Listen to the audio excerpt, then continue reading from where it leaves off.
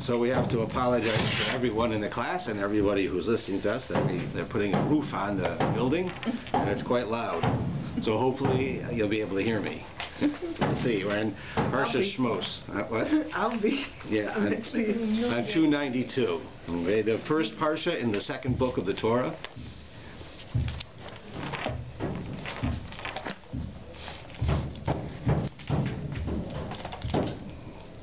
So it tells us, begins by saying, Ve'ela Shmos b'nei Yisrael habayim Mitzrayim. These are the names of the children of Yisrael, literally the children of Yaakov. Yisrael and Yaakov are the same person. Also, it means the Jewish people, but although we're not Jewish yet in this story, because the Torah has not been given, but the Hebrew people who are going down to Mitzrayim, Eis Yaakov Ishu Besu Bo, with Yaakov, each person with his household came. And then it goes through all of the people that come down. And it counts all of the people who come down. We can see that, we know that there are 70 people who come down, right? Right? Although you can only count 69. But when they enter the land of Egypt, you see there's 70. So how the 69 people going into Egypt suddenly become 70? So it says that the 70th person was Yocheved, which is the mother of Moshe, who was born at the gate. As they were entering, right, her mother gave birth, so that she didn't literally leave Israel, because she wasn't born yet, but she entered Egypt, right, because she was born at the entranceway, so to speak. So that's how they explained it. There was 69 people who left, but 70 who are there.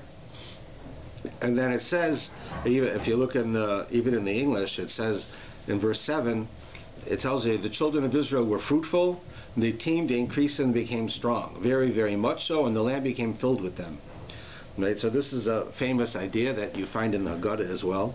It tells you that that Bnei Yisrael paru v'yishritzu, the Jewish people were fruitful, and v'yishritzu is an interesting word when it talks about multiplying, because it comes from the word sheretz. Sheretz is a name of a sheretz is referred to as many things, but one of them is that it's a kind of a bug. Bugs, multiply very quickly. So the Jewish people, it's talking about how the Jewish people were fruitful and they multiplied enormously. There are those who say in the Medrash that the women had 6 children at a time. Some say 60 children at a time. I can't say that it means it literally necessarily, but it means that they had a lot of children, because they went from 70 people, right, to a giant nation, of which 4/5 of the nation didn't leave Egypt, right? Because they were left behind, and when they left, there was 3 million, and that was in 240 years. So you can imagine that that's 6 generations, maybe. That's pretty fast. So what it's telling you is that God intervened, and the Jewish people went from being a family, then to a tribe, then to a nation, all in within the next number of weeks that we're going to read. That's one of the big changes. And then it tells you, Vayamas Yosef v'chol echav, and Yosef and all of his brothers died, v'chol adorahu, and the entire generation that Yosef and his brothers were a part of, they all died. Right. So this was the Medrash tells us that there was first it tells us in the Torah last week that when Yaakov died, there was already some type of enslavement. But then the Gemara tells us that there's no enslavement of the Jewish people until Yosef and all his brothers die. So what we understand from this is that after Yaakov died, there was a spiritual enslavement. The Jewish people started slipping from the level that they were at when Yaakov was alive to the point where they started to assimilate into Egyptian culture. And the assimilation, as we'll see when we read this Parsha, into assimilation of the Egyptian culture, clearly seems to be the source for the anti-Semitism. Because what do we have? We have Yosef comes into Egypt, and Yosef saves Egypt, right? Earlier, he saves them from destruction. So then now the Pharaoh wants him to be there because he makes it possible that Egypt, which is the most powerful country in the world at that time, has now the greatest economy because of Yosef. And Yosef is running the country. He brings down his family, which Pharaoh wants him to do, and everybody's living well. Then it says that Pharaoh dies, and the new Pharaoh doesn't know Yosef. Yosef's dead, and he enslaves the Jewish people. Now so the change between these two, what caused that he would want to do these things? And we're going to see it in the words. But what caused it that he should want to now treat the Jews differently? Up until this point, the Jews have been the guiding light.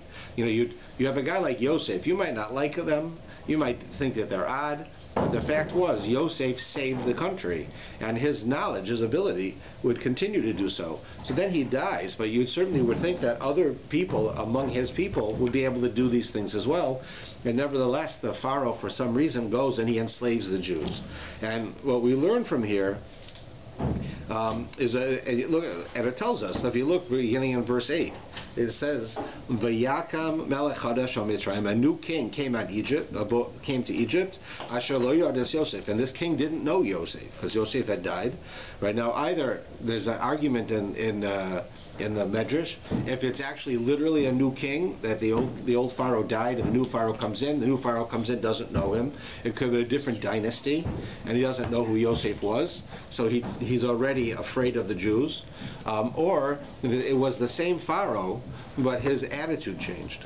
So it's called a new one, right? Who didn't know, even though he's the same person. How long it's in between that Joseph and the Jewish people were like fine in Egypt until this moment? Well, it wasn't very long, because this begins by the Jewish people coming down, right? So Joseph's alive when they come down, right? So at this point, Joseph just dies. He dies at the end of last week's PARSHA. Yeah. So time-wise, it's not a lot of time. It can't be more than a generation or two at the most, because it shows that his whole generation dies, right? But you still have his children alive, so it can't be that long. So now this Pharaoh who took over doesn't know Yosef, and it says Yomer El Amo, and this Pharaoh says to his people, Hine Am B'nei Yisrael Rava Atzum Mimenu. He says, we got to watch out. These children of Jacob, who we invited to our country, they are strong and they are greater in number than us.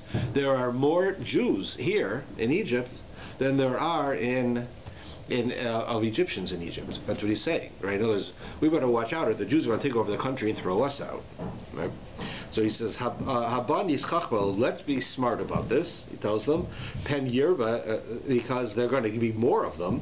V'hayaki takrenel milcham, and if there's a war, B'nosiv Gamhu al Shonena, the Jewish people, the Hebrews, are going to side with our enemies, and then they're going to destroy us, right?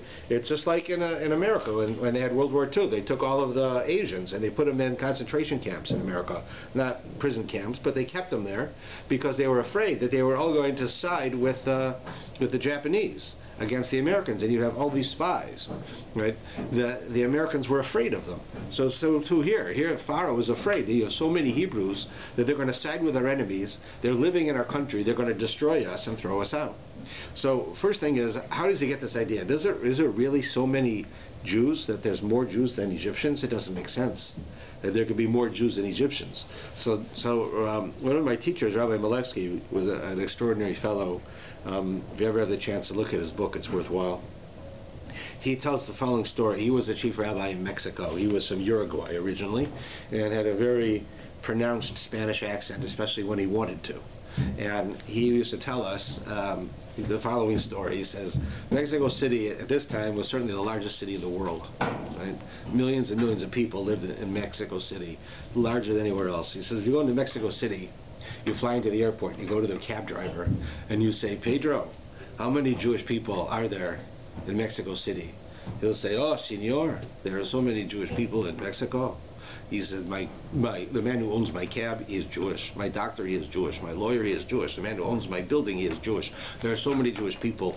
There must be 500 million Jewish people in Mexico City. So Rabbi Malevsky would say, the fact is, this is a subtle, although not necessarily conscious, form of anti-Semitism, because there wasn't even 1% of the people in Mexico City were Jewish. But this man, all of the people of authority that he dealt with were Jewish, good or bad. They were Jewish. So he thinks that if my lawyer is Jewish, my doctor is Jewish, the man who owns my building is Jewish, the man who owns my cab is Jewish, there must be so many Jews, right? But in reality, there isn't. but he saw that. So that's exactly what happened with Pharaoh. Pharaoh looks out, and the Jews were no longer living in Goshen. Goshen was the home where the Jews were put, and we saw in earlier parshas.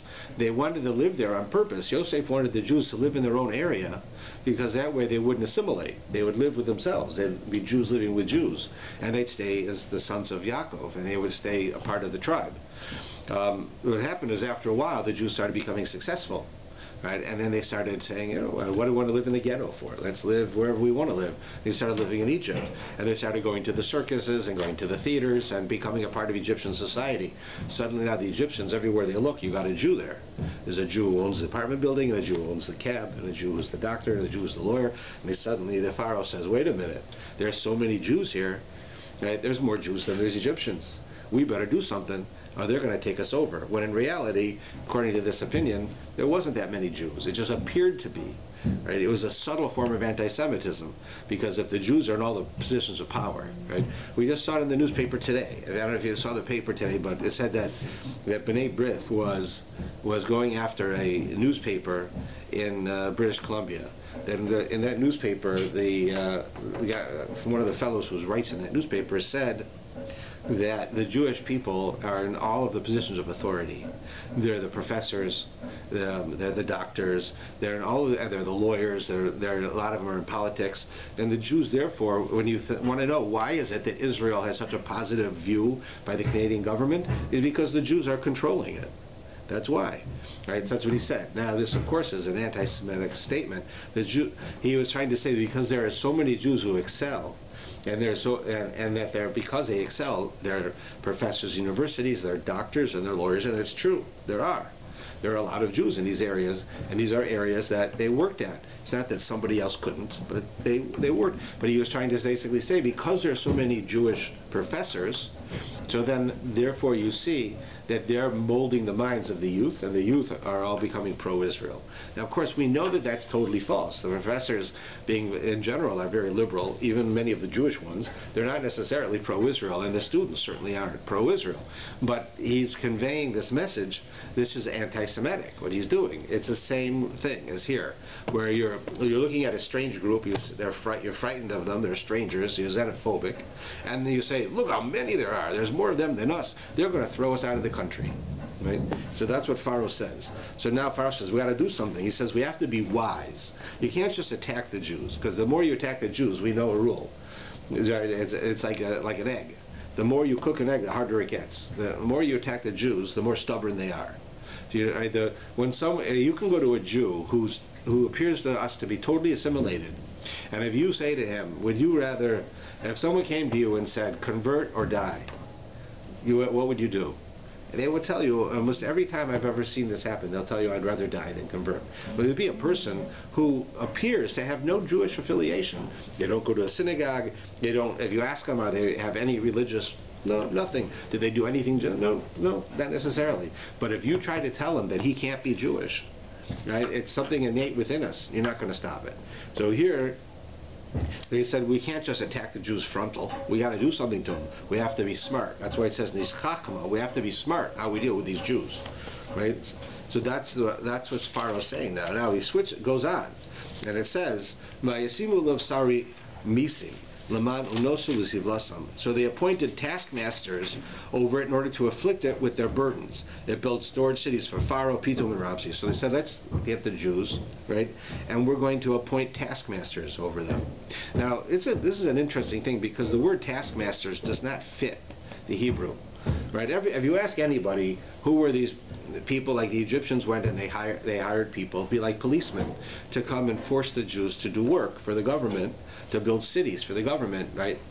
Pyramids and so forth, without pay, as slaves. In other words, this way we're going to hold them down. We're going to take away their freedom. They're not going to be able to revolt against us, right? They're slaves. And a slave loses their ability to choose, because they start thinking like slaves, right? So so it says he puts these taskmasters, which is the word we see in the Haggadah also. But the Hebrew word doesn't say taskmaster. Here it says sare, which means a master, and here it says misim. So mostly they say it's task, right? In other words, someone, a slave driver. But misim is tax, the word tax. Right? If you go to Israel and you have to pay tax, you have to pay mas. It's the same word. Right? So I seen commentaries that say that we're not talking about taskmasters. It's called tax masters. They were people who came in and had Jewish tax, which governments have done throughout history, where they'll come in, they'll say, okay, everybody who lives here has to pay tax to us. 10% of your income belongs to us. But the Jews, you got to pay 80% of your income. Now, this was not uncommon throughout Europe in Jewish history. Here it seems to be the original example where they came in, they said, if we want to get the Jews, let's be smart. We're going to make them into slaves. How? We're going to tax them so much that they're not going to have enough money to live. And then in order for them to live, they're going to sort of sell themselves to us, and we'll support them. But they're going to have to do what we want. So that's what it seems to be that they say. And they inflicted them with burdens. Right? And they had to go and build these cities. And as it says, but as much as they would afflict the Jewish people, so they would increase, and they would spread out, and they became disgusted because of the children of Israel. So the more they tried to push the Jews down, the more they rose up against them. So the Egyptians enslaved the children of Israel with crushing harshness. So now the Egyptians said, okay, no more playing around. We're not going to try to sneak this in. They come in and they say, we're going to make the Jews slaves. They're going to be total slaves. Now, what's interesting is that in Egypt, the Jews were really the only people who weren't slaves.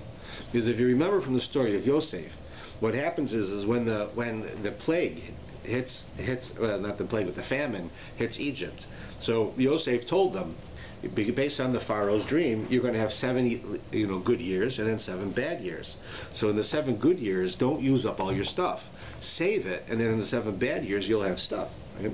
So he told the Egyptian government to do this. So they had all these warehouses full of grain that they saved. So when there was no food, they'd have food.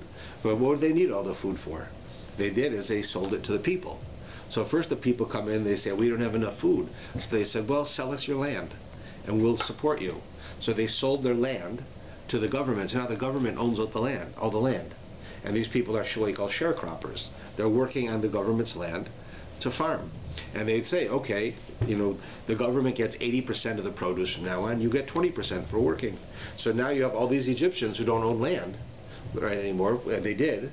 Now in order to have food, they had to sell their land. Then of course they run out of food again because there's a famine. Nothing's growing. So they go back to the government. They say, we have nothing to sell you. So they say, okay, sell us yourselves.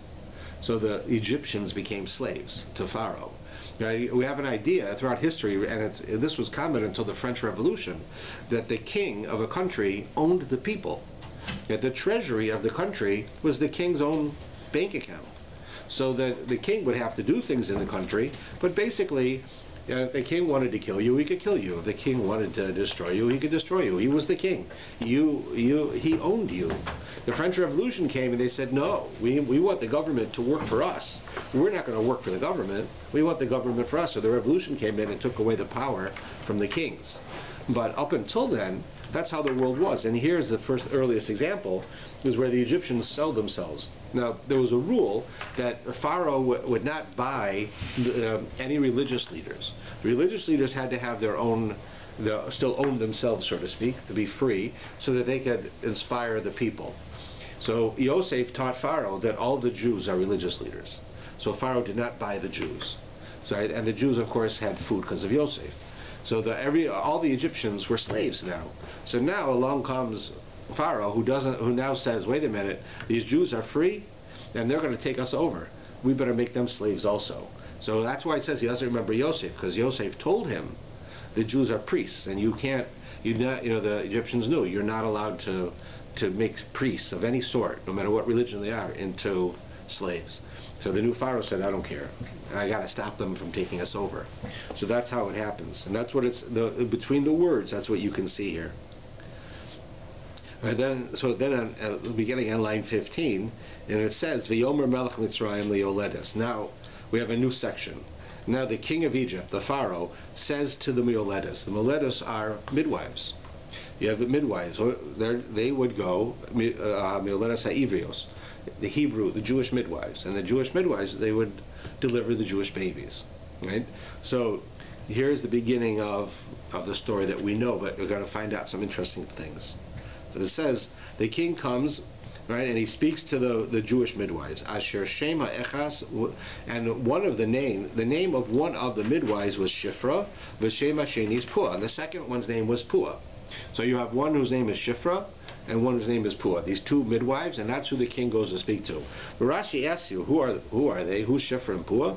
So he says that it's Yocheved, Moshe's mother, and Miriam, Moshe's sister. They're the two midwives. They were the midwives for the Jewish people. So it says, so then why doesn't they call them Yocheved and Miriam? Why does they call them Shifra and Pua? That right? It's like an alias. So it says the reason is because this is not their name. This is a description of them. Shifra and Pua was that Shifra, it says that when the babies were born, she would mishaper, she would make pretty the baby when it was born, because babies are born, they're ugly, I mean they're all covered with blood and they're all squished. So she would clean the baby up and make him look pretty and give him to the mother. So she'd say, and it wasn't just that she was a midwife. She would want the mother to have a bond with the baby, so she'd quickly clean the baby up and make him pretty and give him to the mother. So that was why they called her Shifra. And Pua means she used to want to make the babies happy when they were born. So the mothers also would be bond to them. So she used to go poo poo poo to the babies, so the babies would laugh, right? And then the mother would take the baby and it would be good for them. So in both of the cases, it was things that they did. They not only gave birth to the babies, they helped, but they would go beyond that in order so that there would be a better relationship with the mothers. So that's why they called them Shifra and Pua. So he says, let's look at it in the English because it'll go on for a little while. So he says, when you deliver the Hebrew women and you see them on the birth stool, if it is a son, you are to kill him. If it is a daughter, she shall live. Okay, so here, listen to this story. When we read it the first time, we'll read it once, and then I'm going to show you why this doesn't make sense. So he goes to them and he says, when the women are giving birth, they're on the birth stool. We presume that means that they're sitting on a special chair that makes it easier for them to give birth. Right? So they're sitting on the birth stool. If the woman has a son, you should kill the son. If she has a daughter, she should live. Okay? That makes sense. Like he doesn't want there to be an army. Kill the boys, because the boys will be the army that will come against us. Okay? But the midwives feared God, and they did not do as the king of Egypt spoke to them. Right? The midwives, right? They're not going to murder babies. They're here to help babies, and God doesn't want you to do that. And they were Hebrews. They were Jewish, so they didn't listen to Pharaoh, and they caused the boys to live. So now the king of Egypt summons the midwives. Now the king of Egypt sees there's no dead Jewish babies. What's going on? You're supposed to kill the boys. So he calls the midwives to his palace, and he says, why have you done this thing that you have caused the boys to live? Why do what I told you? So they say back, the midwives say to Pharaoh, because the Hebrew women are unlike the Egyptian women. The Hebrew women are not like Egyptian women. Egyptian women are they're used to luxuries, right? And they can't stand the pain. But the Hebrew women, they're experts. Before the midwife comes, they give birth. Right, so we can't kill the baby because by the time we get there, they gave birth already. Right, so let's think about this. Pharaoh says when the women are giving birth, if they give birth to a boy, you kill them. If they give birth to a girl, she can live. They say we're not going to do that to themselves. We're going to listen to God, and we're not going to kill the boys. Right? Pharaoh sees there's no boys dead. So comes to them. What's wrong with you? I want to kill you. You better do what I told you. I'm the king. I told you, kill the boys. And they said, listen, what do you want from us? By the time we get there, the women gave birth already. The Jewish women are tough. They don't, cry and wait. They give birth to the babies. And by the time the babies are born. So what should Pharaoh say? Pharaoh should say, so kill them. I told you, if they give birth to a boy, kill them. Right? So what do you tell me? Well, they already gave birth. Well, so kill them. The fact that they gave birth already just means you're a few minutes late.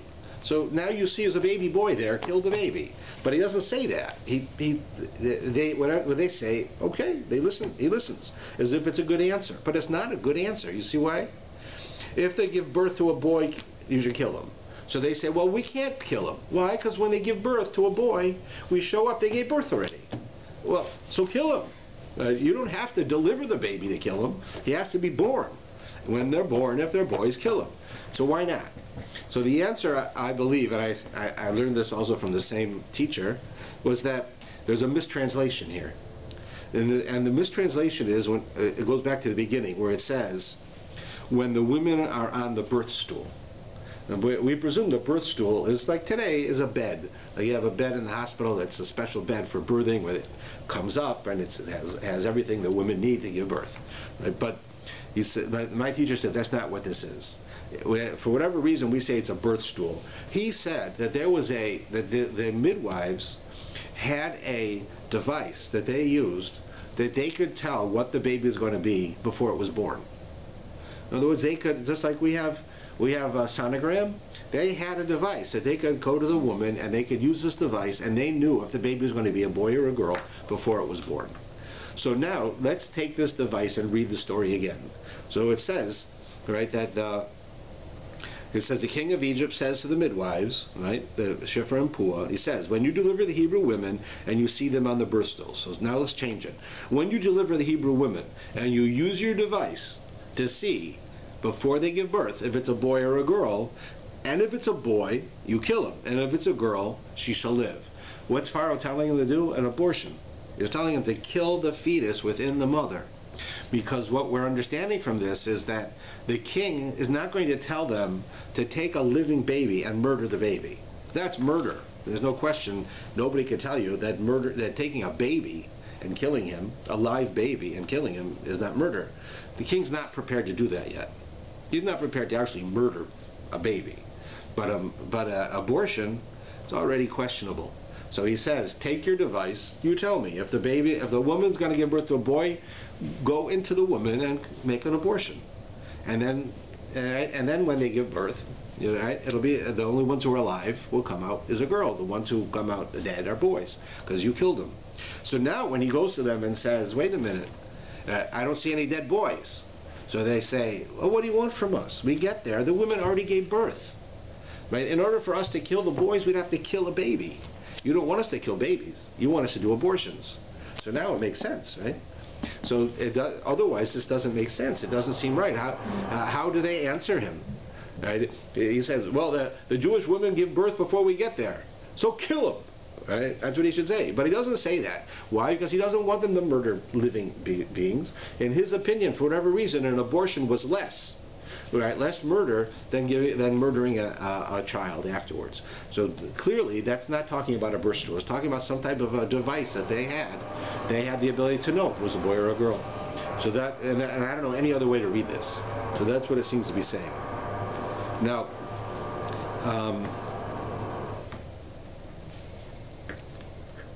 at the last line on this page, verse 20, it says, after we have this story, right? And it says that the midwives said, the women are not like the Egyptians, right? And they've given birth. Now, God benefited the midwives, and the people increased and became very strong. So God, He rewarded them because they didn't kill any of the Jewish fetuses, right? They let them live. So God rewards them, and they became a lot of people. Right? There were a lot of births because of it. Then it says, and it was because the midwives feared God that he made them houses. So because the midwives feared God and they didn't kill the babies within the womb, God made them houses. What does that mean? He made them houses. The guy goes and he builds a house for them.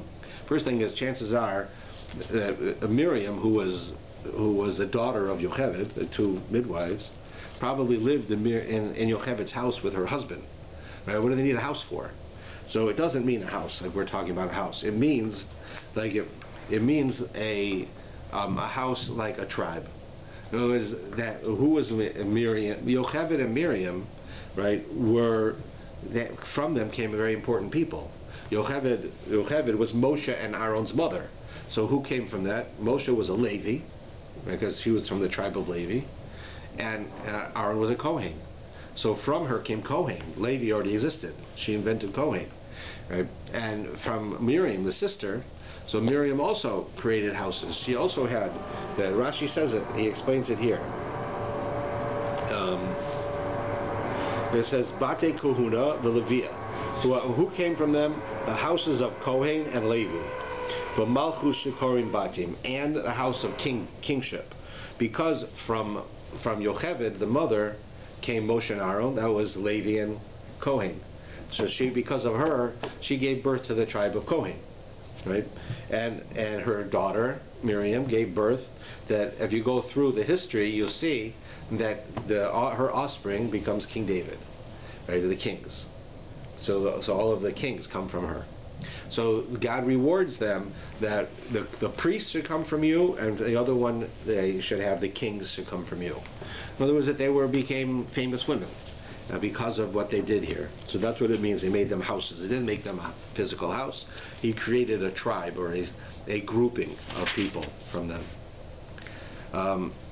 And so now Pharaoh has to say something else. Pharaoh can't say to them, kill the babies, because I want you to abort them. So you can't abort them because the Jewish women are too quick. So now the first line in the next page, Pharaoh commands his entire people, saying, every son that will be born into the river shall you throw him. All right, we're taking the gloves off now. Right now he's going to war. He said, before I wouldn't kill a baby, but now if it's a boy, throw him in the river, and a girl should stay alive. So now he goes to the next level, and now we have a problem. Right now he's going to send the police into every house where there's a Jewish baby born, and if it's a boy, the police are going to take the baby and kill it, throw it in the river.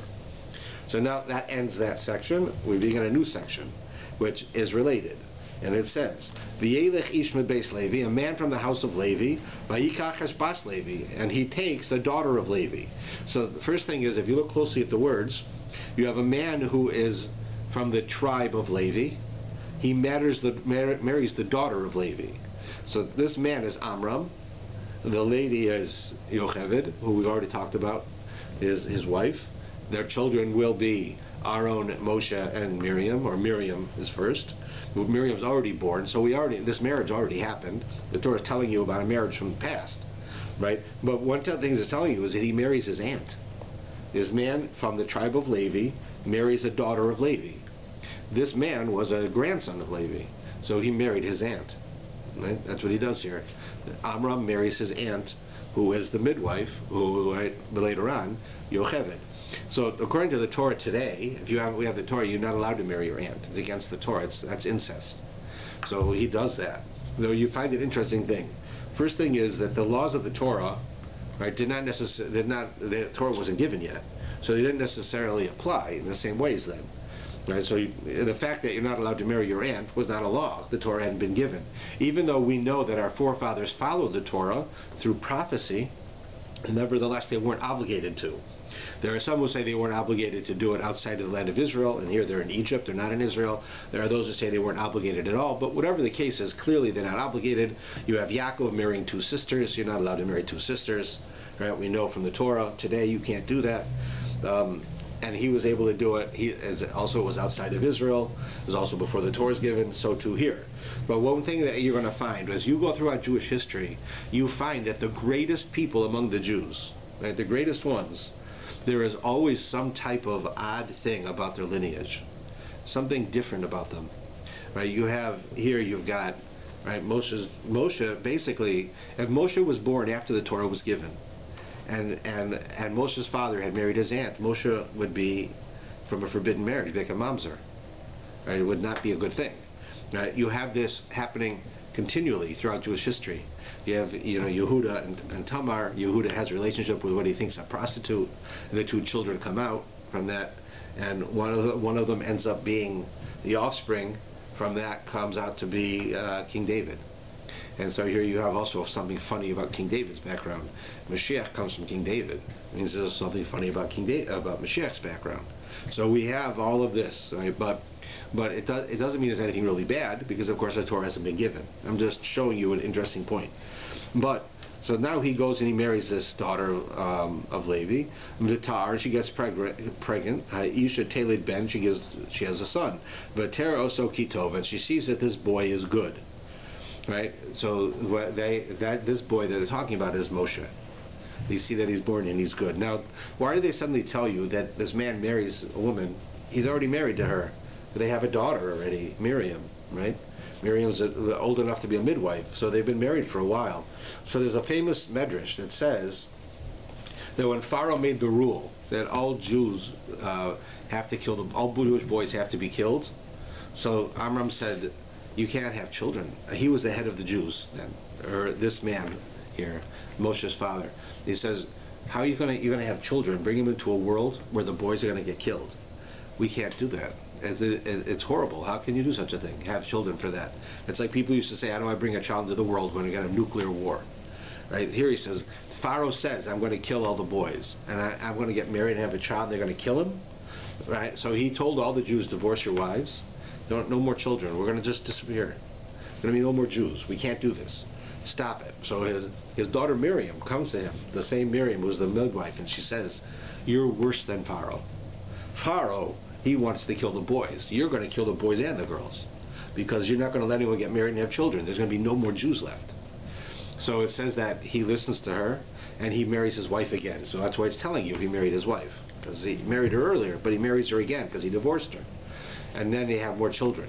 And it says that all the other Jews also came and had more children, and they got married to their wives again. So it says that because of Miriam, the Jewish people continued. If it wasn't for Miriam, the Jewish people would have been destroyed. But she came and convinced her father that he was wrong in doing this, and he retracted his opinion. So now they go and they have a child, and who's the child? It says he's good. He's good. So one of the names of Moshe has many names. The name Moshe is actually the name that the Egyptian woman gives him. We'll read later. But one of the names is Tuvia, right? He's good, the good of God. And here it says he's good. That's how we know who it is. So it goes on. If you read it in the English, the woman conceived and gave birth to a son. She saw that he was good, and she hid him for 3 months. So now she doesn't want Pharaoh to come and kill him, right? So she hides him for 3 months. So one of the opinions say that the fact that it tells you he was good, right? You want to tell me if he wasn't good that she wouldn't have hit him? Of course she would hit him. So mother's not going to say he's not good and want a kid killed. So it means that one of the opinions says that it means that he was quiet. That she was able to hide him for 3 months. Because what the Egyptians used to do is the Egyptians would come in to hear a baby cry. They'd say, where's the baby? We want to see it. If it's a boy, they'd take him. So it says that after a while, the Jews caught on, and they used to make the babies sleep whenever the Egyptians would come around, so the babies wouldn't cry. So the Egyptians used to come, and they used to take a baby with them, and they would make the baby cry that they brought with them. And when one baby hears a baby cry, they all cry. And they cry with them. So if you come into the house with it and they make their baby cry, so then the Jewish babies that are hidden in the house would start to cry. But it says that Moshe was good; he would never cry. So they couldn't catch him. They didn't know he was there. So she hid him for 3 months. Then she realized he's getting big. They're not going to be able to hide him anymore. So it says she put him into a basket made out of straw, a wicker basket, and put clay and pitch like on the outside of it so it wouldn't sink. And she put it into the river, right? In other words, so that he should float. She said, what am I going to do? If I leave him here, they're going to kill him. Right? So I have to put him into God's hands. I'm going to put him in the river. Whatever happens, happens. There's nothing I can do. If I keep him, they're going to kill him. If I let him go, maybe he'll live. So she puts him into the river. So it says his sister stationed herself, that's Miriam again. She stood a distance away to know what would be done with him. What's going to happen? Right? Now, we know what happens, as it tells us in a minute. Pharaoh's daughter comes down and she saves him, and it becomes Moshe, the famous Moses.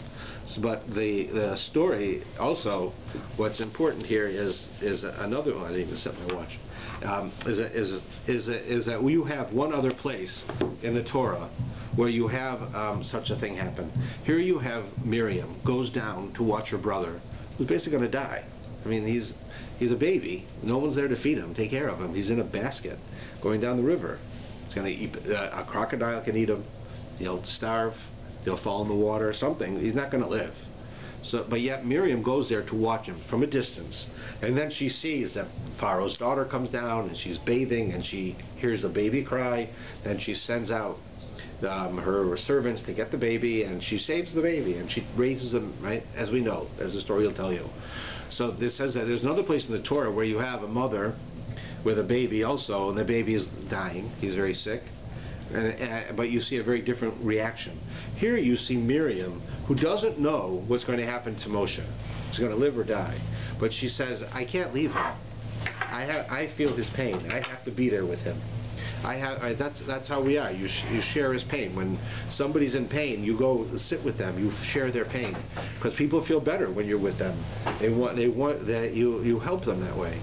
So she went down there. I can't let him just die alone. I have to go with him. So she sat there, even though she knew there was nothing she could do to save him. She sat there and felt his pain and was with him. But the other case that we have in history is with Yishmael and his mother. Yishmael, right, Hagar was his mother. Hagar was a concubine of Avram's, and she has this baby Yishmael, and he's really not he's a real troublemaker. And Sarah says, you can't keep him here. He's going to kill our son. Right? He's going to destroy our son, Yitzchak. So you have to send him away. And Avram doesn't want to send him away because he's not that kind of person. God says, listen to Sarah. Sarah knows what's best. Send them away. So he sends away the mother with the baby. So it says the mother goes into the desert, and the baby, all the water's gone that they took, and the baby's dying. So she says, I can't stand this. So she puts the baby, it says, under a tree, and she leaves. So I can't stand it. So here, look at the difference in the two women. One woman, a child is dying, and she says, I have to be with him. Even though it's painful and it's hard, I have to be there with him. He can't go through this alone. And the other mother, right, here it's a mother, she's with her baby, the baby's dying, and she says, I can't handle this. And she leaves the baby and goes. In either case, the baby would probably die. You don't know what's going to happen. When the woman's there, they both think that the baby will die. The difference is in the case of Hagar, Hagar says, this is too painful for me. I can't handle this, so I'm leaving. My baby is going to die. I can't handle it. It's too much. Miriam says, it doesn't matter how hard it is for me. It's not about me. It's about the baby. And that baby can't be alone. Somebody has to be with him. He has to feel the presence of somebody with him so that he shouldn't feel like he's all alone, even if he's going to die. So you see the difference between the two women. So Miriam was an extremely compassionate person, but even though she was so compassionate, she had to do the hard thing. It's hard to do that, to be there when someone dies. But she knew it was the right thing to do. So you see the difference here between this Egyptian princess, Hagar, who says, my baby's going to die anyways, but why should I have to be in pain also? And she leaves him. And Miriam says, I don't know what's going to happen. Maybe he'll die, maybe he won't, but I'm going to be there with him, so he shouldn't be alone. So you see a big difference between them. Just an insight. So now what happens, at the beginning of verse 5, Pharaoh's daughter... Does Hagar's baby die? He doesn't die. No, he doesn't die. But as far as she knows, he's going to die. He doesn't die because God hears him. So it says, Pharaoh's daughter went down to bathe by the river, and her maidens walked along the river. She saw the basket among the reeds, and she sent her maidservants, and she took it. So here's the Medrash has an interesting point. It says Pharaoh's daughter, her name was Bisya. Right? Some people say Basya, but it looks like it's Bisya if you look in the prophets. She went down to the river to bathe because that's what they did. She was a princess. She bathed every day. She went down to bathe. She brought her servants with her, and she hears a baby crying. And he's up. So it says she sends her maidservants to get the baby, right? But then that's not what happens. Look, it says her maidservants walked along the river. She saw the basket, and she sent her maidservant, and she took it. But she is referring back to the princess, not to the maidservant. So she sends her maidservant to get it, but she gets it. But so how is that possible? So the Medrash says that she saw this baby crying in the water, and he's dying. She felt compassion for him. So she says that she I sent my maidservant to go get him. Well, the maidservant couldn't get him. He's in the middle of the river.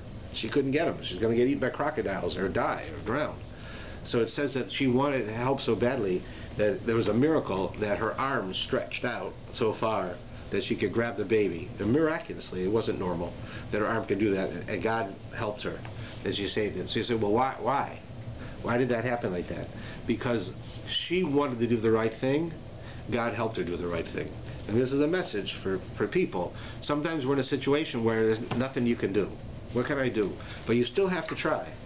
And sometimes you surprise yourself. We read about it in the papers even.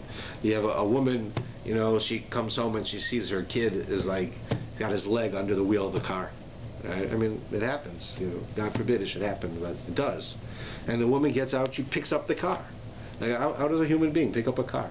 But they do it. We know. This is not like stories in the Torah. This is not 1,000 years ago. This is the last 10 years. You read about it in the newspaper. A woman suddenly gets this adrenaline rush, and she lifts up the car and pulls her son out. She's holding a car up in the air with one hand and pulls a kid out. Right? But we know that it happens because when you want to do the right thing, when you want to do something and you say it's hopeless, then there's nothing will happen. But it's never hopeless. Now that's why, like when you speak with observant Jews, they'll never say that a person has terminal X, terminal cancer, terminal this. Terminal means they're going to die. Terminal is over. It's just a matter of time. We don't believe in such a thing. We're not stupid. You know, if a person has a cancer and it's eaten up their whole body, that unless there's a miracle, they're going to die. But there could be a miracle. So we never say something is terminal, because it can always change. God can always intervene. And the Gemara says that you should not give up hope, even if the sword is on your neck. Right? Even if somebody says, we're going to kill you, so you run away, and then they catch you. And so then you struggle. So then they hold you down, and they take a sword and they put it on your neck, and they're going to just draw it back and drop it on you. Even when the sword's on your neck, right? You don't give up hope. God can save you. God can save you in the blink of an eye, in the snap of a finger. That's what happens with her. Here, this Egyptian princess, if she didn't do this, if this did not happen, the world would be a different place. Moshe would have died. Right? Moshe saved the Jews. Right? All of the things that happened, the fact that Moshe was raised by the princess, plays a large role in who he is. Moshe is the king of the Jews. How do you get a guy who's a slave who becomes a king? Because he was raised in Pharaoh's house. Right? He understood what it was like to be a king, to be privileged. As far as Pharaoh knew, this was his adopted son. He was living in the house. His daughter, he knew that his daughter didn't give birth. He knew that his daughter found this baby. But he adopts him. And he raises him in his house. Right? And it's an amazing thing that now right out of his own household comes the savior of the Jews, his own protagonist. Right, you're going to have this big fight later on in a couple of weeks in the PARSHA between Moshe and Pharaoh. Pharaoh raised him. He was a baby, and he raises him in his own house, and then Moshe is the one who does it. But one of the ways that Moshe could, on the one hand, feel for the Jewish people, as you see he does, and at the same time be able to stand up to the Egyptians. Taskmasters who are beating Jews, right? Being able to do that is because he sees himself as royalty. Right? A king can do this. Moshe comes out and he sees it in this week's parsha. He sees this Egyptian beating up a Jew, so he kills the Egyptian. Like, are you crazy? You can't kill an Egyptian. Imagine if it's like Nazi Germany and you kill a Nazi soldier. You think you're going to get away with it? If you're a Jew, you're not going to get away with it. They're going to kill you immediately. They're not going to even ask a story. Even if the guy deserved it, they don't care. You can't do that. Moshe kills an Egyptian. He basically killed a policeman. So how can he think he can get away with it? Because he's royalty. Right? He was raised in a house of Pharaoh. No one's going to tell him what to do. The fact that he felt like a Jew, he knew he was a Jew and he felt that, right, made him who he was. But the fact that he was raised in Pharaoh's house gave him the dignity and the self-worth to realize, I can do whatever I want to do. And I'm going to do what's right. I'm going to do the right thing. I'm not going to become, like a prince who spends my life just feeling good. I'm going to do the right thing. But because of that, because he was raised in Pharaoh's house. So here, what did she do, this woman? She's down there taking a bath. And she hears a baby cry, and her heart breaks. So she wants to save the baby, and she can't. He's going to die. There's nothing I can do. I can't reach him. My maidservants can't reach him. So she says, I don't care. I'm going to try. And it says that miraculously she saved him. And look what happened because of it. The whole world changed. Yeah. Rabbi, Moshe knew he was Jewish? Yes. It tells us in the Parsha that Moshe was nursed by his mother. His actual mother. Yeah. Because Pharaoh's daughter couldn't nurse him, right? Yeah. She never had a baby. She didn't have the ability. Right. So they went and got a wet nurse for him. The wet nurse was his mother. So his mother educated him as to who he was. Right? So it was never hidden from the fact that he was a Hebrew. Who else is going to have a baby, like a baby boy in the river? An Egyptian's not going to do that. He has no reason to. Only a Jew would have done that because they were going to kill him. Right? The Egyptians would kill him. So therefore she did the best she could. So when they found the baby, they knew he was a Hebrew. So that was never hidden from him. That he knew, because it says, it says in a few lines, we're going to have to stop before them, but it tells us shortly that he went out to walk among his brothers. Right? How does he know it was his brothers? Because he always knew that he was Jewish. It's just that Pharaoh presumed, like, here you are, this little baby is taken from the slaves, and he's raised as royalty. So you ask the baby, when he's an adult, young adult, what would you like to be? You want to be a slave or you want to be a prince? So who's going to say, I want to be a slave? Pharaoh says, oh, you got to be crazy. But Moshe said, I'm a slave. I might be the prince, but I'm a slave. These are my people, and I'm going to be there with them. So if they're in pain, I'm in pain. And that's one of the reasons it says, because she felt that way, she said that, Miriam said, he's in pain, I'm going to be in pain. That's how a Jew is. When one Jew's in pain, all Jews are in pain. And that's why it says his name was Moshe. It says here, it says the daughter of Pharaoh says, go, and they went, and they get the boy's mother. Right? So the woman took the boy and nursed him. The boy grew up, and she brought him to the daughter of Pharaoh, and he was a son to her. She called his name Moses, as she said, for I drew him from the water. So Moshe, the name Moshe, is first thing an Egyptian name, not a Hebrew name, because the Egyptian woman gave it to him. And it means I took him from the water.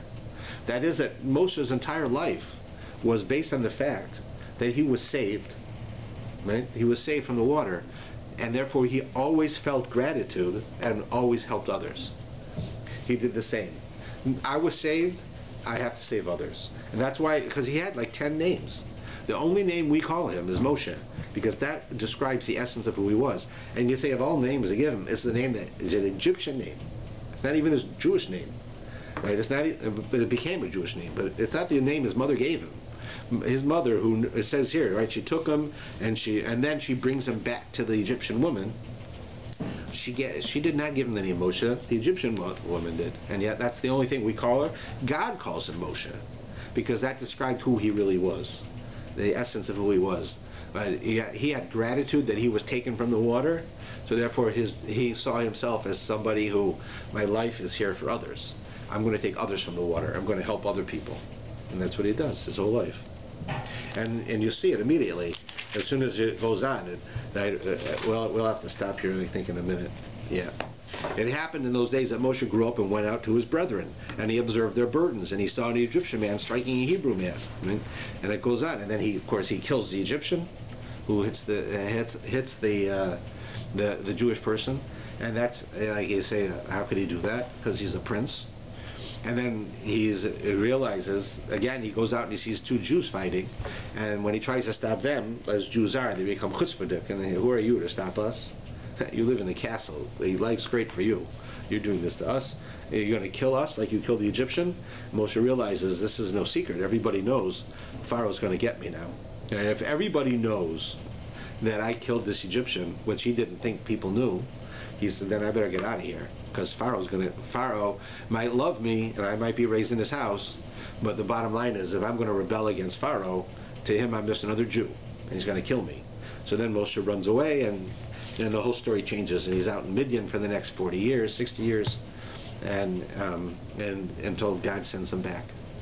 But we better conclude with that, I guess. We only did get to the first 12 lines, but there's a lot in there. Okay? Well, thank you very much, and we will continue with Parshas Vayera. It's going to be, the next 6-7 weeks are extremely significant.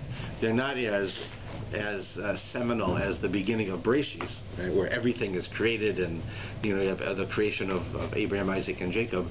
But this is really just like the book of Bereshis is the creation of the world. The book of SHMOS is the creation of the Jewish nation. You take the kernel, the 70 people who are the kernel of the Jewish people, and from them come millions, right? In a few hundred years. So that creates the Jewish nation. And so the descriptions that we're having here is really is sort of the oven that the Jews are in that causes them to become who they are. And one of the things we knew is that, as you see, God keeps calling us stiff-necked people. Right? The more pain you inflict on the Jews, the more stubborn they become. That's stiff-necked. It's because of what goes on here, because of the slavery, right? You keep beating us up and taking away things and making life worse for us. You're not going to destroy us. The more you do to us, the tougher we're going to be. And what they learn from here is the one way, if you want to destroy the Jews, is you're nice to them. You be nice to them, and then they assimilate, and they'll disappear. But if you want to be tough on them, you're not going to win. And that's what Pharaoh tried. Okay? All right, we better stop, and I look forward to seeing everybody next week. And if you come on Shabbos, we'll talk some more about all this. Okay?